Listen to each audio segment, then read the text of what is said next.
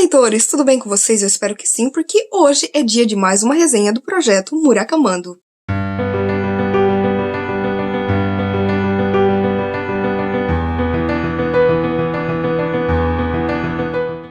O último livro que eu li no primeiro ano do projeto Murakamando, em dezembro de 2022, foi aqui o After Dark, Após o Anoitecer. E aqui a gente vai ter uma premissa bem interessante. A gente vai conhecer aqui duas irmãs que não se dão muito bem, a Mari e a Eri. A Mari, ela tem 19 anos, ela estuda filologia chinesa, ela gosta de ficar mais tempo fora de casa, sabe? Ela não se dá bem com os pais, então ela prefere passar as madrugadas em cafés, lendo, observando as pessoas. Do outro lado, a gente tem a Eri, que é a irmã mais velha, que ela é lindíssima, ela é uma modelo, e até a própria família acaba tendo uma preferência pela Eri do que pela Mari por conta da beleza. E aqui a gente vai acompanhar uma madrugada na vida dessas duas irmãs. Então, a narrativa, ela vai se alternando entre o ponto de vista de uma e da outra, mas também de outros personagens que vão acabar entrando na trama. Os capítulos, eles são divididos através do horário dessa madrugada que vai passando, e tudo começa quando a gente,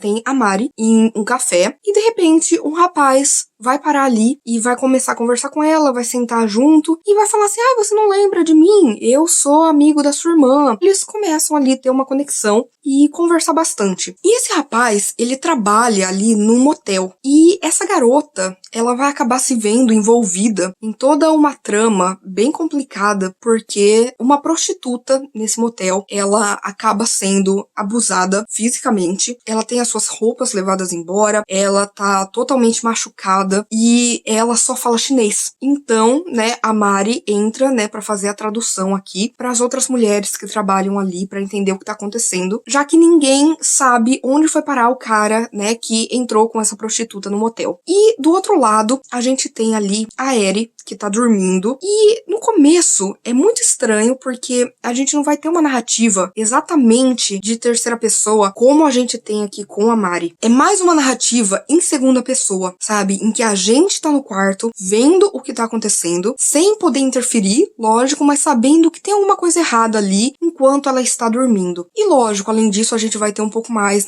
desse rapaz, amigo, da Eri, e parou pra conversar com a Mari. A gente vai ter também conversas ali das mulheres que trabalham nesse motel. A gente vai saber um pouco mais a respeito do homem que entrou ali no quarto com essa prostituta, e o que ele fez. E assim, gente, esse livro, ele mexeu muito comigo de uma forma muito contraditória. Eu posso dizer assim, que aqui a gente tem definitivamente dois tipos de narrativa bem distintos. Um deles, que é mais focado na Mari, é já aquele tipo de narrativa da escrita clássica do Murakami, de ir contando uma história de forma muito simples, cronológica, onde os personagens vão conversando a respeito de muitas questões filosóficas, da existência deles, da questão da arte, A gente tem aqui muitas referências a cinema, a música, a tecnologia, e isso vai ter um papel primordial na narrativa da Eri, porque tudo que a gente vai vendo ali da Eri é como se fosse um filme na nossa cabeça. Então é uma visão mais cinematográfica, mais melódica, mais eletrônica, sabe? Em que tá acontecendo ali um campo em que parece que ela não está vivendo nesse mundo exatamente. Talvez no mundo dos sonhos, talvez na Matrix, a gente não sabe, mas vai ali nos colocando numa sensação de observador que vai ficando angustiado porque a gente sente que tem mais ali do que tá acontecendo com a Eri, que ela não tá só dormindo, que tem outras forças ali ao redor. E o mais interessante aqui pra mim foi realmente ver Murakami explorando outras vozes. Por exemplo, quando ele fala, da Mari, ele vai pra uma coisa mais típica dele. Quando ele fala da Eri, ele vai pra essa coisa mais estranha, bizarra e em segunda pessoa. Quando a gente tem, por exemplo, as mulheres que trabalham no motel conversando, são diálogos. Então, isso é bem interessante ver como ele consegue transitar entre várias vozes. O meu problema aqui foi, primeiro, a gente não se aprofunda em nenhum dos personagens. Eu entendo que a ideia mesmo é a gente ter só uma fraçãozinha da vida deles, que é essa madrugada, sabe? A gente não vai ver muita coisa de antes ou depois, não. É tudo que tá se passando ali. Então muita coisa acaba não tendo um ponto final. Você não sabe qual que vai ser o desenvolvimento, você não sabe como se desenrola, você não sabe exatamente por que determinado personagem tá fazendo isso, ou o que aquilo tem a ver com tal coisa. Então, foi uma experiência muito estranha de leitura, porque nos outros livros do Murakami, ele coloca vários elementos que você vai conectando e você tem uma visão geral pra entender essa história, pra entender o final dela. Isso não acontece aqui. É muito bacana da gente ter todos os elementos do Murakami. Ele é um livro que eu acho que ao mesmo tempo que você deveria ler depois de já ter lido várias coisas do Murakami, sabe, pra poder entender o que ele tá falando aqui, o que ele quer dizer, o que né, coisas simples aqui representam. Também entra aquela coisa de, ok, mas se você ler esse livro depois de já ter lido vários livros do Murakami, você pode se desapontar, como aconteceu comigo. Eu sei que foi uma questão de expectativa, porque eu li esse livro logo depois de Kafka Beira-Mar. É a maior obra-prima do Murakami, sabe? Eu amei, se tornou meu livro favorito do ano passado. Então foi uma experiência muito superficial pra mim, comparada com Kafka Beira-Mar, sabe? Eu sinto que essa história, apesar de ter, assim, elementos interessantes e personagens que eu achei muito bacana, que eu quero conhecer mais a respeito deles, a gente vê essas duas irmãs, né? E o que tá acontecendo com cada uma delas, como a noite de cada uma delas tá sendo bizarra por motivos totalmente diferentes. Eu achei isso muito interessante, eu achei isso muito rico aqui na história, porém, eu senti que é mais quase que uma novela, é uma história entre histórias, como se fosse uma história complementar. Ela não é uma história que ela tem propriamente um começo, nem mesmo um fim, então ela existe ali meio que solta nesse universo de histórias do Murakami. Eu gostei muito de como ele consegue transitar entre as diversas narrativas, eu achei que aqui foi um momento de respiro dele, depois de ter escrito algo tão complexo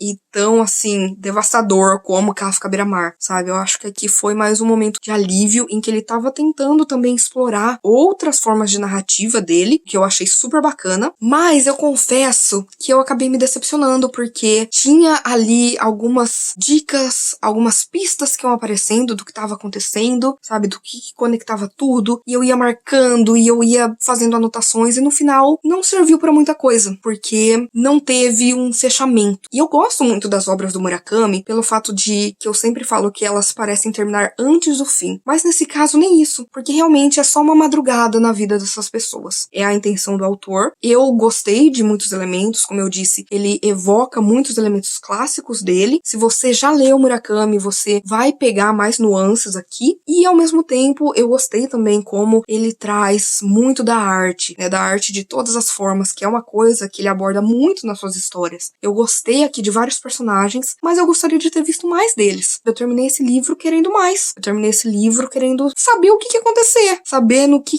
ia dar, entender mais do que estava acontecendo, ter um desfecho pros personagens, sabe? No geral, eu achei que foi um livro interessante, eu acabei dando pra ele 3,5 estrelas, mas eu acho que realmente o maior problema foi a minha expectativa, porque depois de ter lido Kafka Beira-Mar, eu sinto que esse é um livro muito básico para o que o Murakami costuma escrever. Então, foi uma leitura interessante, mas longe de ser, assim, um favorito meu do Haruki Murakami.